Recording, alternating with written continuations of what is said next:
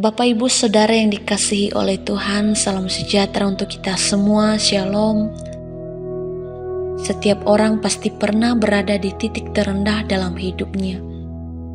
Ada saat-saat di mana harapan terasa hilang, doa seolah tak terjawab dan janji Tuhan terasa sangat jauh dari kenyataan. Namun di tengah semua itu, Tuhan tidak pernah lalai memperhatikan setiap jeritan hati umatnya.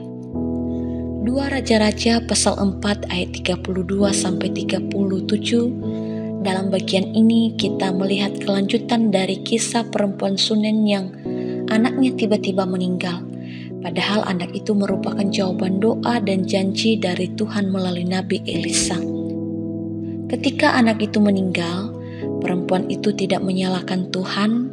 Ia tidak juga larut dalam keputusasaan, melainkan langsung mencari Elisa sebagai hamba Allah.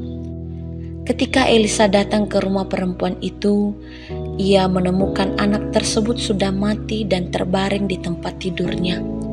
Tapi Elisa tidak panik. Ia menutup pintu, berdoa kepada Tuhan, lalu melakukan tindakan yang penuh keajaiban.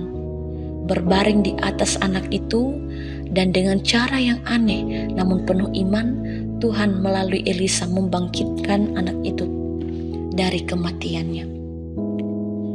Anak perempuan Sunem adalah anak perjanjian. Tuhan tidak membiarkan janjinya gugur dengan sia-sia. Bahkan ketika sepertinya janji itu mati, Tuhan sanggup menghidupkannya kembali. Perempuan ini menunjukkan iman yang luar biasa. Ia tidak menyerah atau menggali kubur untuk anaknya. Sebaliknya, ia bertindak cepat mencari pertolongan dari Allah melalui nabinya. Elisa tahu bahwa hanya Tuhan yang bisa menghidupkan kembali anak itu. Itulah sebabnya ia berdoa terlebih dahulu sebelum bertindak. Dia tahu bahwa mujizat bukan berasal dari dirinya, melainkan dari Tuhan yang hidup. Anak itu bangun dan bersin sebanyak 7 kali, di mana angka ini adalah angka yang sempurna, melambangkan kehidupan yang benar-benar dipulihkan.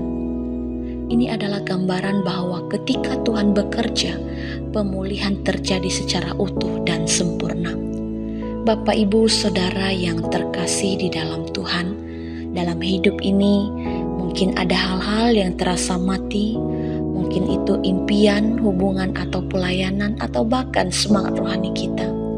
Tapi firman Tuhan hari ini mengingatkan bahwa Tuhan sanggup membangkitkan kembali apa yang telah mati, asalkan kita datang kepadanya dengan iman dan ketekunan. Demikian firman Tuhan. Tuhan Yesus memberkati kita semua. Amin. Mari kita bersatu di dalam doa. Bapa di dalam kerajaan sorga, Engkau Allah yang sanggup membangkitkan harapan yang telah mati. Kami percaya janji-Mu tidak pernah gagal. Tolong kami untuk tetap setia. Tolong kami supaya kami tetap berharap dan mengandalkan Engkau di tengah kesulitan kami.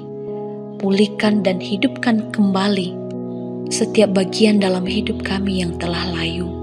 Dalam nama Tuhan Yesus kami berdoa. Amin.